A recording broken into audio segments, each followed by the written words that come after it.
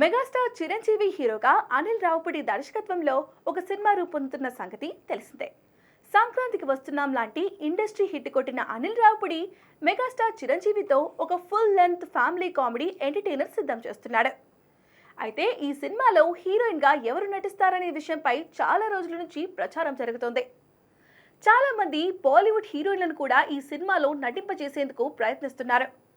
కానీ చివరిగా నయనతారను team fix చేసింది.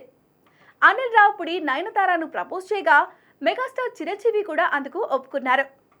చిరంజీవి నయనతార కలిసి గతంలో సైరా నరసింహారెడ్డి, గాడ్ ఫాదర్ లాంటి సినిమాలు చేశారు. అయితే ఈ సినిమాకు నయనతార 18 కోట్లు డిమాండ్ చేసినట్లుగా వార్తలు వినిపిస్తున్నాయి. ఆయన అంత మొత్తం ఇచ్చేందుకు నిర్మాతలు రెడీగా ఉన్నారని సమాచారం. ఎందుకంటే నయనతారకు ఇతర భాషల్లో మంచి మార్కెట్ ఉంది. తెలుగులో కూడా ఆమెకు మంచి క్రేజ్ ఉంది. ఈ సినిమాను మార్కెట్ దృష్ట్యా ఇతర భాషల్లో కూడా రిలీజ్ చేయవచ్చనే ఆలోచనలతో మేకర్స్ ఆమె వైపు మొగ్గు చూపిస్తున్నట్లు తెలుస్తోంది. కాస్త అటు ఇటు అయినా సరే ఆమెనే ఫైనల్ చేసి షూట్కి వెళ్లే ఆలోచనలో ఉన్నారు. ఇక ఈ చిత్రాన్ని Sahu Garapati shine screen banner, megastar కుమార్తె Sushmita Konidela gold box entertainers బ్యానర్లపై నిర్మిస్తున్న సంగతి తెలిసిందే.